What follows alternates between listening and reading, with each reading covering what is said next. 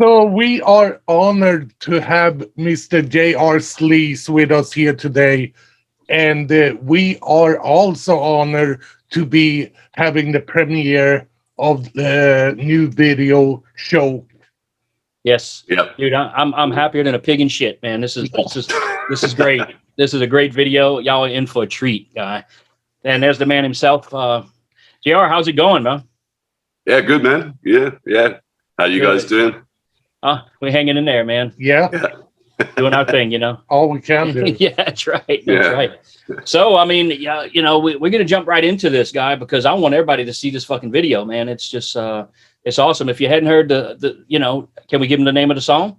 Yeah, sure. Yeah, man. Yeah. You know, if you hadn't heard the album yet, this is Choke Choke off of Black Candy. Off of Black Candy, yeah. See right here, this shirt right here. There you go. Black Candy right there. Snake Bite Whiskey, guys. You know, so and we interviewed JR you know, a while back, and we talked about, I was intrigued about the song Choke, so I asked him about it. And you know, if you didn't see that interview, maybe he can fill us in on Choke, you know, with the who inspired that song and and all that good stuff. Yeah, how did song come about, Jay? Yeah, well, yeah, it is what it is. Huh? Yeah. There's nothing subtle about it. Yeah, it's like the whole, choke me daddy kind of girls and stuff like that. Yeah, it's about, I mean, it's bottom line, it's a song about fucking, like, that's, which is kind of our thing, you know, like on stage, we always go, we write two types of songs, you know, songs about drinking, songs about fucking. So, you know, that's it. There's not much option beyond that. No, but what more is there, man? Yeah. Yeah, that's life in a nutshell. Drinking and fucking. Unrock. And one leads to the other, you know? Yeah. And that's the best part, to be on a show that's not rated, you know? You can say, fuck this. Yeah. So, yeah, when we wrote the song, like, Stace came up with the bass line first, and he brought that to us, and then Laggy started doing some stuff over it, and it just kind of like evolved from there. And then when we got to when I was writing the lyrics and that, or actually just coming up with the melodies and stuff, I just felt, we did the Dirty Little Girl, and it just fitted. And the guys were like, oh, yeah, you know, we're pushing the boundaries, because you know what people are like nowadays. They're so snowflake. Yeah. Oh, yeah. Like, we understood that we were going to, like, maybe cause a bit of controversy with the song, because fuck it. But we, it's Snake Bite Whiskey. We do what we want to do. We don't give a shit what anyone else thinks. But funny enough, the song is massively popular amongst female fans. Like, they really fucking love it. And I think because our fans aren't idiots, they're not snowflakes, they can see what the song is about. You know what I mean? Exactly. It's like a mutual thing in this song about sex. It's not about a guy having the power, it's about the chick having the power as well. You know what I mean? It's like she's in control there. And that's like, so we played it a bit subtle, I think, except for the end of the song where we went a bit blatant with the choke me daddy. Yeah. And it had a different feel as well. You have to have that exclamation point, man. You got to have it. When we did it in the studio, the chick, because we got a backing vocalist in to do the girl parts in the song, obviously, because there's a girl voice in the chorus as well. So she sings a harmony in the chorus, and then she sings the last little bit, the Dirty Little Girl, and then that Choke Me Daddy. And when we did it, like, the producer or the engineer, Bernie, was like, the guys want you to do something else at the end of the track. Like, she's like, what was that? Like, choke me daddy. She's like, yeah, okay, I'll do it. We had a good laugh. Yeah, it was good. Yeah, and it came out. Yeah, great. The song came out awesome. Yeah, I mean, it's spot on, dude. It hits. You know, it's all about secret fantasies. You know. Yeah.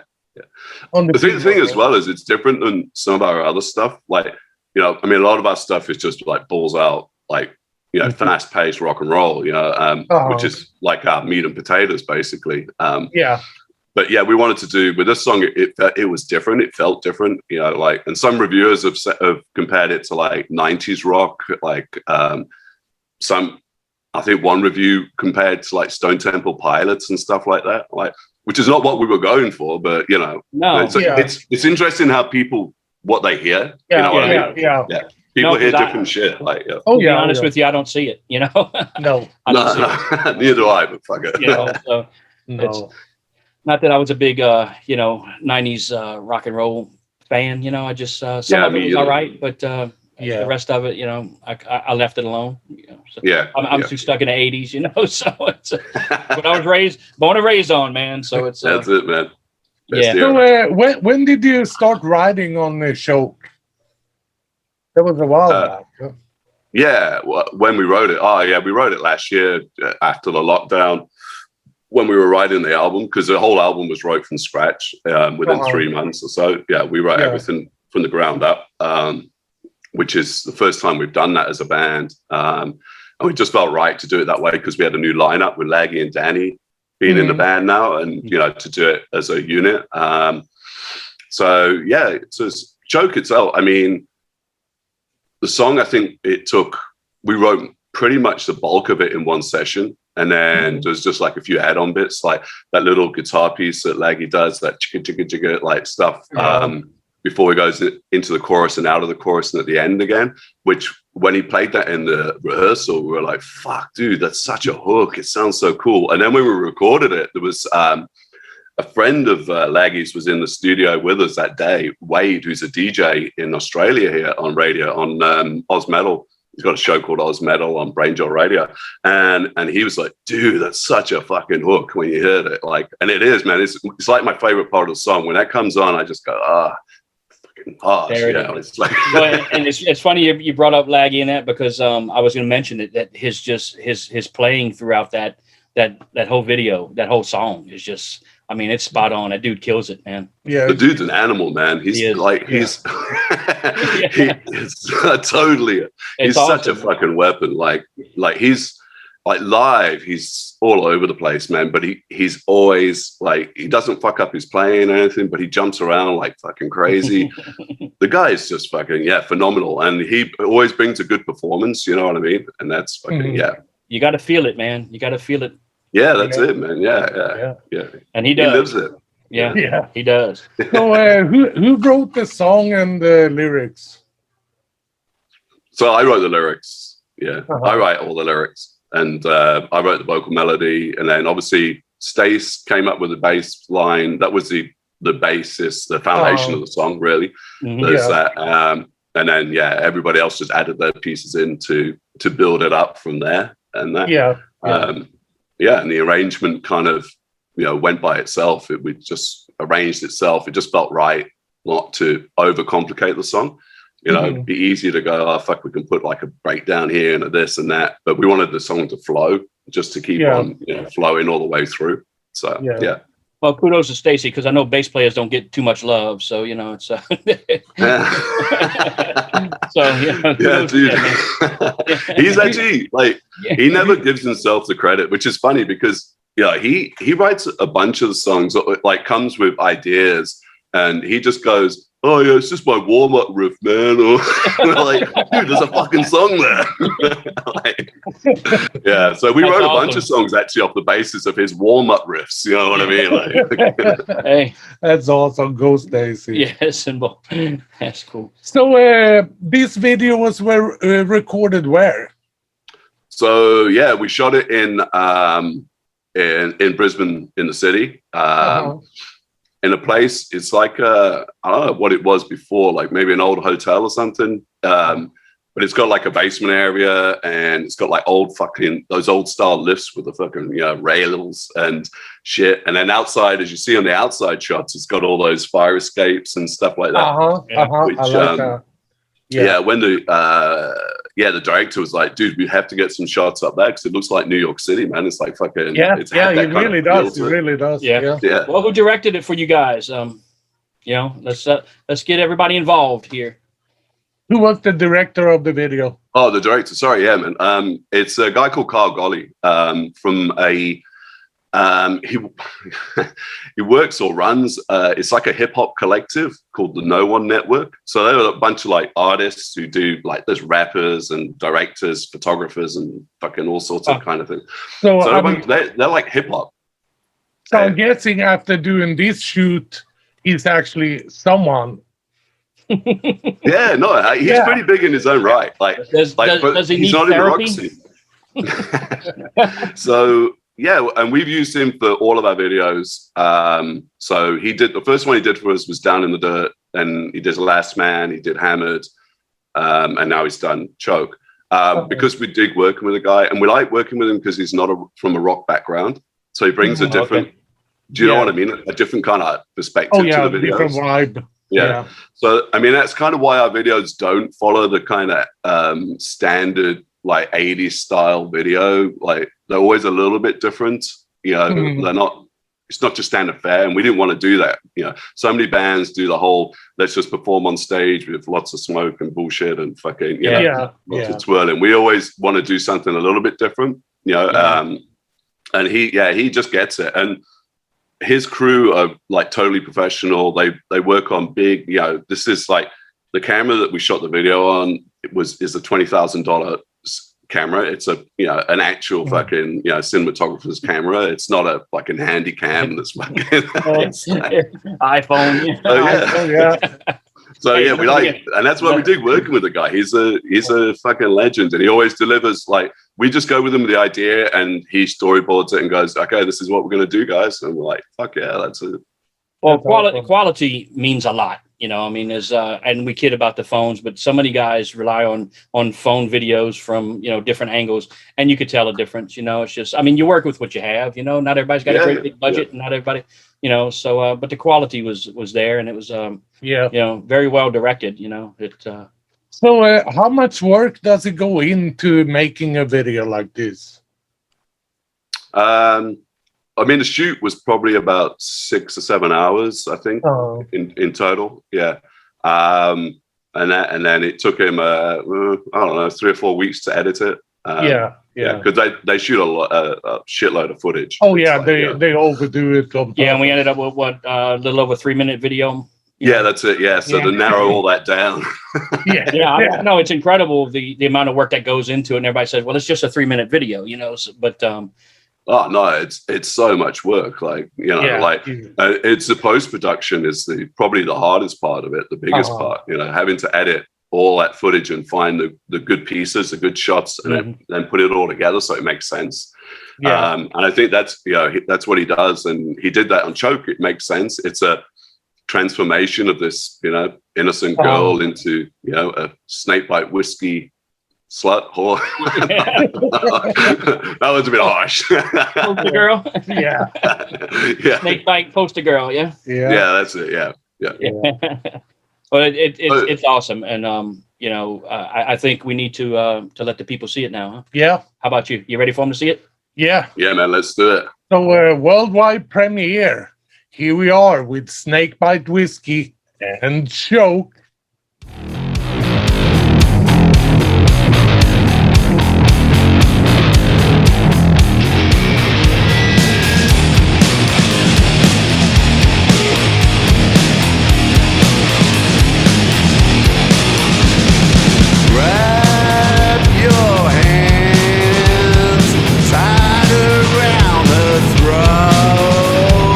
Slip inside, she'll breathe you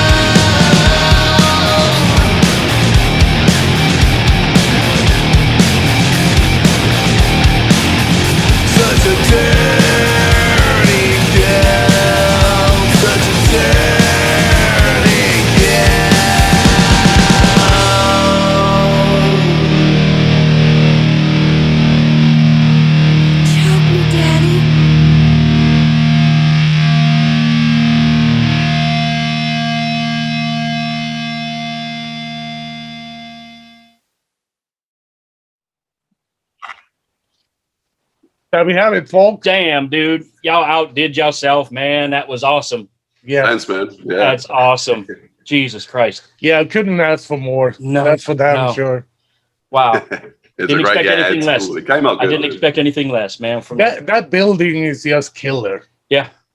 Yeah, Whoever found that yeah. that venue, man, did a good job on scouting Yeah. that out. So I Yeah, know Mark is eager to find out what's the name of the girl. yeah, what's the young lady's name that was in your video? Yeah. So, well, her name's Taylor, but she goes by Scarlet Envy. She's a Nice. model slash she does a few other things, I guess. Yeah. Hey, whatever it takes, yeah. man. Whatever. Hey. She's actually Danny knows her. He's known her for a while and that, and yeah, so he asked her if she wanted to be in. She was like, oh yeah, fuck. And she was amazing. Like, yeah, she really like delivered. Like, Yeah, she sold the goods, man. That was Yeah, it was good. Yeah. It was good. yeah, and it helps that she was like pretty and all that stuff as well. Like, Oh yeah. not- yeah, like, it would have worked if it had just dragged some old bad off the street. Like, yeah, try and look sexy, honey. A bag lady give her a screw top bottle of wine. Yeah. Here's some meth. Go on. Like a teeth fall out when she said daddy. Yeah, take me, daddy. Yeah, so it was. Yeah, no, she was good. She was real professional on the day. Yeah, and yeah, it came out great. Like, the concept of that Kyle had of an innocent girl and changing and being corrupted, if you the like. transformation. Yeah. And she pulled it off with her like kind of portrayal on that, the way she looks, and some of those scenes at the end where she's looking at the camera and stuff. It's like it's hot stuff. It's it is. It's killer. She she delivered, man. She delivered. Damn right. Good. Yeah. Because I know a lot of people are going to inquire about who she is and where they can see her again, So yeah. So when the video drops officially tomorrow on YouTube and all of that and our platforms, then we'll be we'll tag her in it. She'll be nice. Yeah. She'll probably have a instant fan base. So tell her to be ready. Yeah. She deserves it, man. Like definitely. Yeah. And like so it was her first music video as well. So oh wow. Yeah. So you couldn't really tell her, that. Like she was really confident and it was good. Yeah. Well, she did a great job, man. Yeah. Good start. Yep. Well, any more surprises for us? Coming up? Yeah. Yeah. We got we don't want you to give anything away. We just want to know if there's we've always got stuff on the boil and stuff going in the background. We'll watch this space. The next video will be in a couple of months. So we're on our timeline now to we said we'd do one about every 2 to 3 months off the album. So the next one is in planning at the moment, and we got some like international tours. We got one and we're definitely announcing in the next week or so. Very good. We're just putting the final pieces on it. And and hopefully we're going to be, depending on what happens for next year, within the next 6 months or so, we're looking at our US tour. So awesome. Coming your way. Yes, indeed. Yes. Hey, it don't matter how close you get to us. We're going to try everything in our power. power. We're coming to Louisiana, man. Fuck that. Oh, yeah. Hey, New Orleans, dude. Yeah. 10 straight days in New Orleans. We're coming, man. Well, Baton Rouge. New Orleans, Baton Rouge, you're close enough to us, man. That's a couple hours. Yeah, we'll be down. It's definitely on my bucket list to play down there, man. That's it. So as long as we can move everything in the right positions and stuff, definitely on the cards. But that's still in early kind of planning and stuff like that. Daniella's been looking at it and stuff like that. So awesome. But there's always shit happening. It's always busy, and Well, so is Australia open up as far as gigs going now, or?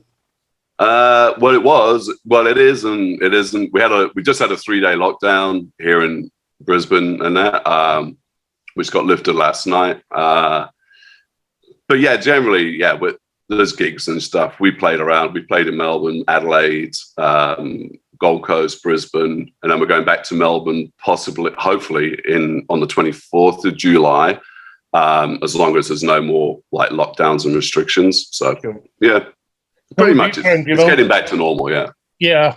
Over here, all the requests for at Walmart is that ladies over 50 wear lipstick. And pants, isn't it? Yeah. Yeah.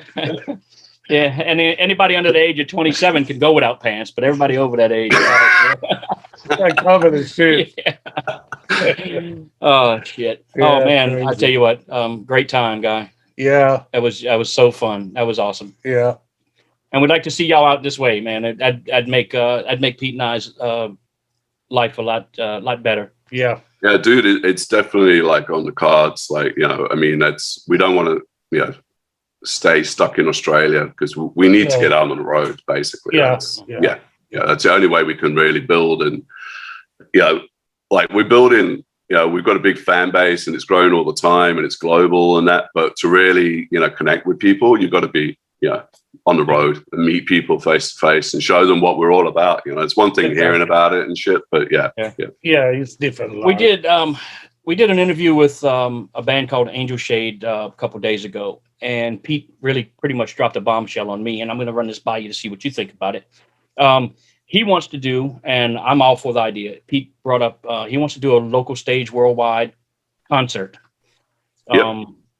Getting people here to the States, bands like yourself and anybody else that's on local stage, anybody that wants to do. And I was, I was taken aback because I really didn't think on that level. And I'm glad he mentioned it. But is that something that you guys would be interested in? Now, we're not getting any younger. So, it'd have to be, within 50 years. Yeah, it'd have to be within the next, next few years. But I don't know how we go about doing that, but we'd have to have some hell of a sponsors and some commitments from guys like yourself, So, yeah, sure. Yeah.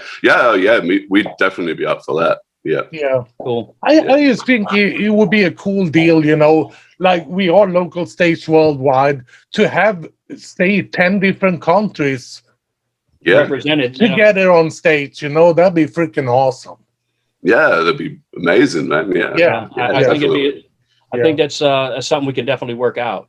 So, I mean, it's count us in, like man. I said, right now it's Thanks to be there. Right now, it's just a pipe dream, but hopefully, within the next 4 or 5 years, we can start putting something together. Hopefully, not that long, but we're hoping, like Mark said, we got Jazz Fest in New Orleans. And that is a big festival, So what I'm thinking is to contact the guys who run that and see if they will be interested in taking this on, Sure, at least a because sponsorship. I mean, we got to cover our asses unless you got a shed in Australia we can hide in. If it doesn't work out, Yeah. I got a video for you to watch about somebody that tried to put a concert together and it failed miserably, and they after. Oh, I've seen that. Yeah. I forgot the name of the Fire. show though. Yeah, Fire, I think it was. Did you see Did that? you see that video? No. He was this guy. He threw together, a concert with the big names, Yeah. And he was just a dreamer. He had threw this all together, and then I forgot how it ended. He had nothing set up. But he got all kind of people to, and I forgot what it was, some remote island with condos and shit. Oh, yeah. I do know but he about that didn't. one. And there was no concert. He had nothing planned. He just took the fucking money and ran. Yeah. People turn up and it's like, there's fuck all there. Yeah, and that's exactly what happened. Well, I thought we were supposed to play. No, where's so-and-so? I don't know. He's off in, somewhere, but no. Yeah, we had something similar in here about, I don't know, maybe 2.5 years ago, just before the COVID and all that. This guy put on this festival with all these like big name bands from all over the world, like in Australia. And people are like, how the fuck are you going to afford to get these bands out there? It was like, there was like at least 6, pretty heavyweight bands on there from overseas. And, the cost to bring a band out here is like fucking astronomical. Anyway, that went tits up. Like it went fucking, it was, didn't go ahead because eventually the guy didn't have the money to pay the bands, the guarantees, anything like that. It was just, Wow. Yeah, we don't want to get caught up in anything like that. Like I said, we're probably gonna have to have a couple big sponsors, big name sponsors to help. Yeah, that's the thing, man. You need to cover That's your what I'm ass. saying. I mean, I don't mind working my ass off for it, but like I said, I don't want me and Mark to be financially responsible for it, because we don't have the knowledge to do so. No, we just that's it. You can't. Yeah, that's where promoting, because I've done promoting before in the past, and that's where so many people just fuck up. Is like you got to have the money before you put it together. You know what I mean? So you got to know that you can cover it no matter what happens. You know what I mean? Like, and it's got to be, you got to say, okay, well, here's the money. I can write it off if I have to, but I don't want to. But and then if your ticket sales don't go through, it's not a case of where you go into bands and going, oh, we can't pay you because we didn't sell enough tickets. Like shit like that. So and that's where so many promoters fuck up. They have a dream, especially new promoters. They just go for it because they think it's going to sell. And that's what happened with that guy in Australia. He thought it was going to sell tons of tickets and it didn't. So, you're getting closer to the time and you're going, fuck. Yeah, time to run. I'm $100,000 out of pocket here. Changing your identity and shit. Yeah. Run for it. Run. So that happens it happens a lot, I guess, like all over. Sure it does. Well, make sure you're covered, man. Get some big sponsors in, guys who are willing to put up a bit of dosh on it, and then then you're good. Yeah. Well, guy, we can't say enough about the album for one thing. The video for sure just kicks ass, man. Yeah. It's just, it's great. Yeah. Great to see you guys, having fun with it, because I know we're having fun with it. We haven't put in the work, So it's So we can look out. We can look out for a new video in September. You're saying already? Maybe it depends. Yeah, somewhere around that kind of area, September. We might push it to October and try and tie it into Halloween. Creep Show would be a good one for that. Yeah, maybe. You crossed the line. Just saying, man. No, it's my opinion. I don't know shit. I don't know anything about what they're doing. I heard that on the way up here. I said, Creep Show, man. That would be a good. Yeah, Creep Show. Yeah, it's a great song as well, man. Yeah. I can tell you that the next one is going to be an even bigger production. It's going to have a whole lot of shit going on in it, so it's going to be nice. So it's taking a little bit longer to plan to pull all the kind of elements together and stuff. But it'll be worth the wait. Doing the videos like this, is there a good return for the band itself from YouTube, or is it all cost? Generally, I mean, it's a form of advertising, really, isn't it? At the end of the day, people like humans are like kind of visual creatures. They love seeing stuff. So for us, it does work. Obviously, whenever we drop a video, we have a huge spike in social media and stuff like that, and interest and like merch sales and things like that. So it does work. It's hard to quantify whether the outlay is balanced out by it, but I think it is kind of, in the long run, it is. Funny enough, Hammer, we were talking about actually at the last show 2 weeks ago, that Hammered hasn't taken off as much as we thought it would as a video. I mean, it's done well, but it's not done like, as big a numbers as some of our other videos have. This is weird. I mean, it is what it is, and for whatever reason. Yeah. But we were talking, like I said, with Brad, with Angel Shade, and he was saying that the ones you expect, the ones that the bands expect to be their ones, usually aren't, and it's the ones that you least expect. Are the ones that make it to the top, and So it's funny you can never tell which song is gonna, go. No. Like that's why we were surprised with Choke, even though we knew when we wrote and recorded it that it was a fantastic song. We just thought, is it going to be one of those songs which people are going to grasp onto? And the response to it has been phenomenal. So many people go, it's my favorite song on the album. Like, okay. Well, so now I was intrigued, the first time I heard it, and that's why I talked to you on the first interview. Tell me about Choke. It's slightly different. So it'll be interesting to see how this video flies. And then like the timing's a bit weird because we drop that on tomorrow, which is the 8th of July. And then the label are pushing it out as a single on the 23rd of July. So it'd be interesting to see, how it fares. I feel because there's no swearing in the song, which, it has that more commercial appeal. So it can get played a lot more places, a lot more radio stations can pick it up because there's no swearing. I mean, like Hammered had every swear word you could imagine in it. So, but it worked in Hammered. It worked in Hammered. Yeah. And I'm not, I mean, you Hammered could is have a gone, fantastic song, but you could have gone, in a whole different avenue with Choke, but you didn't have to. No, we didn't. No. So it worked. It worked. So and the thing is with Hammered, like we decided to push that song out. We knew it's not going to get onto mainstream radio or anything like that. But, we wanted to stay true to ourselves and do what we wanted to do. And we felt that was a song which said, we just do what we do. You know what I mean? And that's what we did. And now on our second single, we've got a bit of luxury. So we're going to push out something, which has probably a bit more potential. It'll be more commercial potential. That's what I would say. For a larger audience. Yeah. Wow. Well,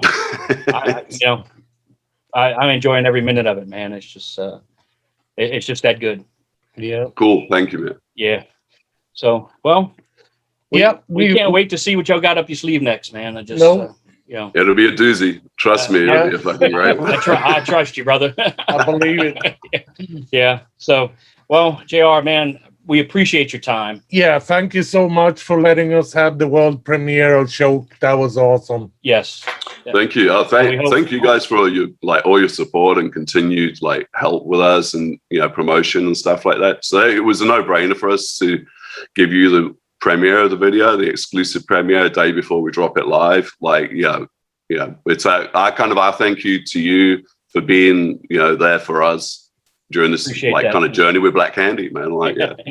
Yeah, we appreciate that. Yeah, we truly appreciate it. We're happy to help, man, in any way we can. So thank you. Yeah. Yes, thank you.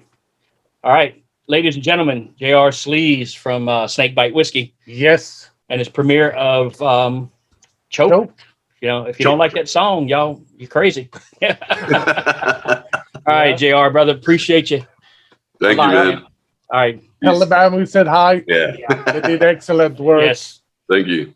All right, guys.